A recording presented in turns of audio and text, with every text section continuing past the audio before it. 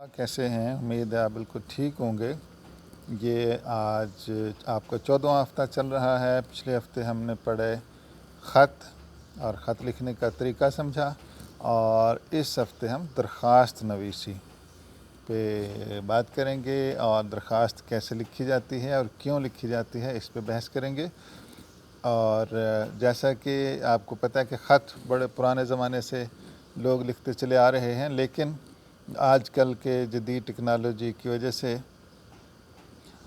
ख़त लिखने में मतलब ख़त लिखने का रुझान उतना ज़्यादा नहीं रहा। लोग मैसेजिंग कर लेते हैं और एक दूसरे का ख़ैर खैरियत कॉल करके पूछ लेते हैं, लेकिन दरख्वास्त आज भी उतनी ही अहम है और उतने ही लोग आज भी लिखते हैं जितने पहले लिखते थे, बल्कि आज शायद ज़्यादा लिखते हैं, क्योंकि जितनी आबादी बढ़ रही है हर बंदे को नौकरी, जॉब, मुलाजमत करना पड़ती है। और कहीं भी आपने जॉब करनी हो, मुलाजमत करनी हो, तो आपको दरख्वास्त उसके लिए देनी पड़ती है, और जो वहाँ का बड़ा होता है, हेड होता है या मैनेजर होता है, उसके नाम आप दरख्वास्त लिखते हैं कि मुझे नौकरी दी जाए। और फिर आप साथ में अपनी क्वालिफ़िकेशन जो आपने पढ़ा है वो सारी चीज़ें शामिल करते हैं।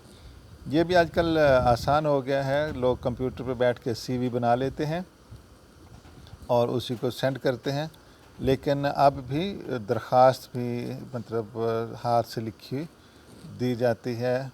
ठीक है जी। आपके उम्र के बच्चे भी दरख्वास्त लिखते हैं। मसलन खुदा न खास्ता किसी बच्चे को अपनी फ़ीस अदा करने में मुश्किल है, तो वो हेड मास्टर साहब को दरख्वास्त देगा कि मेरी फ़ीस माफ़ कर दी जाए, या इस महीने में नहीं दे सकता, अगले महीने ले ली जाए। तो इस तरह की दरख्वास्तें भी लिखते हैं। या मसलन आपने किसी दिन छुट्टी करनी है, स्कूल नहीं आना, तो आप एक दरख्वास्त लिख के हेड मास्टर साहब के नाम भेज देते हैं कि आज मुझे बुखार है, इसकी वजह से मैं स्कूल नहीं आ पाऊँगा, या आज मेरे घर में कोई ज़रूरी काम है, भाई की शादी है, या कोई बंदा बीमार है जिसके इलाज के लिए मेरा घर में रहना ज़रूरी है, तो आज मैं स्कूल में हाज़िर नहीं हो सकता। तो इस तरह करके आज भी दरख्वास्तें लिखी जाती हैं, और हर उम्र के छोटे बड़े लोग जो हैं अपनी ज़रूरत के मुताबिक दरख्वास्त लिखते हैं। और आपको ये भी बताता चलूँ कि दरख्वास्त आम तौर पे कोई छोटा आदमी बड़े आदमी के नाम लिखता है, यानी मातहत जो है वो अपने अफसर के नाम लिखता है, ठीक है जी, और एक स्टूडेंट जो है वो अपने हेड मास्टर के नाम लिखता है।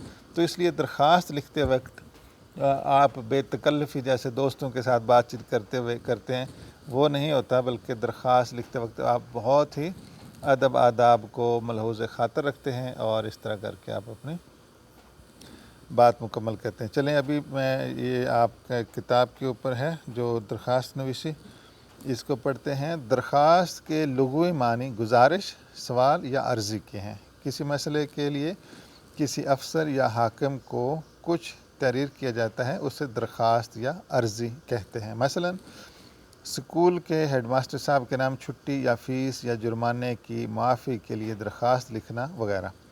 चनांचे दरख्वास्त गुजार सारा ज़ोर अपने मसले के बयान पर लगा देता है। अच्छा, दरख्वास्त के जो हिस्से हैं, सबसे पहले ऊपर जो लिखा जाता है दरख्वास्त में, ख़त की हेडिंग जो होती है उसे तर्ज़ तख़ातब कहते हैं। सबसे पहले इस अफसर का ओहदा और पता सफ़े की पहली सतर में दाएं से बाएं लिखा जाता है। मसलन आगे नीचे सैंपल भी दिया गया है कि बखिदमत जनाब हेड मास्टर साहब इस्लामिया हाई स्कूल मुरीद के लाहौर। और नीचे आप अगर यहाँ पे हैं तो आप ही लिख सकते हैं बखिदमत जनाब प्रिंसिपल साहब, आगे आप उनैज़ा इंटरनेशनल स्कूल उनैज़ा आप लिख सकते हैं। अच्छा, इसके बाद आ जाता है अलकाब, यानी आपने उनको किस अंदाज से मुखातब करना है। तो जो भी दरख्वास्त आप लिखें उसमें ऊपर जो आपने अफसर का नाम पता लिखा कि मसलन बखिदमत जनाब हेड मास्टर साहब, उसके नीचे वाली लाइन पे आप लिखते हैं जनाब आली। अलकाब में दूसरी सतर के दरमियान में अलकाब के तौर पर जनाब आली लिखा जाता है। उसके बाद आता है आदाब, ठीक है जी। तीसरी सतर का आगाज़ मुअद्दबाना गुजारिश है या नहायत अदब से इल्तिमास है, या इन अल्फाज से आप अपने दरख्वास्त का आगाज़ करते हैं। सबसे पहले आप क्या लिखते हैं? या तो लिखते हैं नहायत अदब से गुजारिश है, या लिखते हैं मुअद्दबाना गुजारिश है, تو پھر آگے اپنی بات شروع کرتے ہیں۔ پھر نفس مضمون، یعنی جس مقصد کے لیے درخواست لکھی ہو اسے نہایت سادہ، واضح اور مختصر انداز میں بیان کیا جاتا ہے۔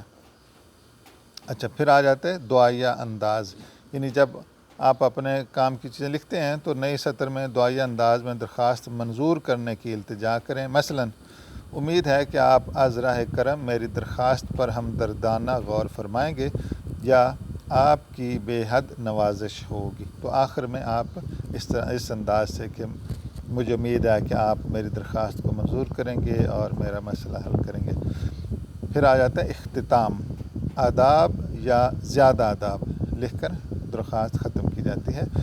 سب سے آخر میں صفحے کے بائیں جانب العارض یا عرض گزار یا درخواست گزار لکھ کر نیچے آپ کا تابع فرمان لکھا جاتا ہے، اور اس کے نیچے اپنا نام اور پتہ لکھا جاتا ہے، اور ساتھ میں تاریخ، نام اور پتے کے مقابل دائیں جانب تاریخ لکھی جاتی ہے۔ مثلاً یہ نیچے لکھی گیا 25 مارچ 2006۔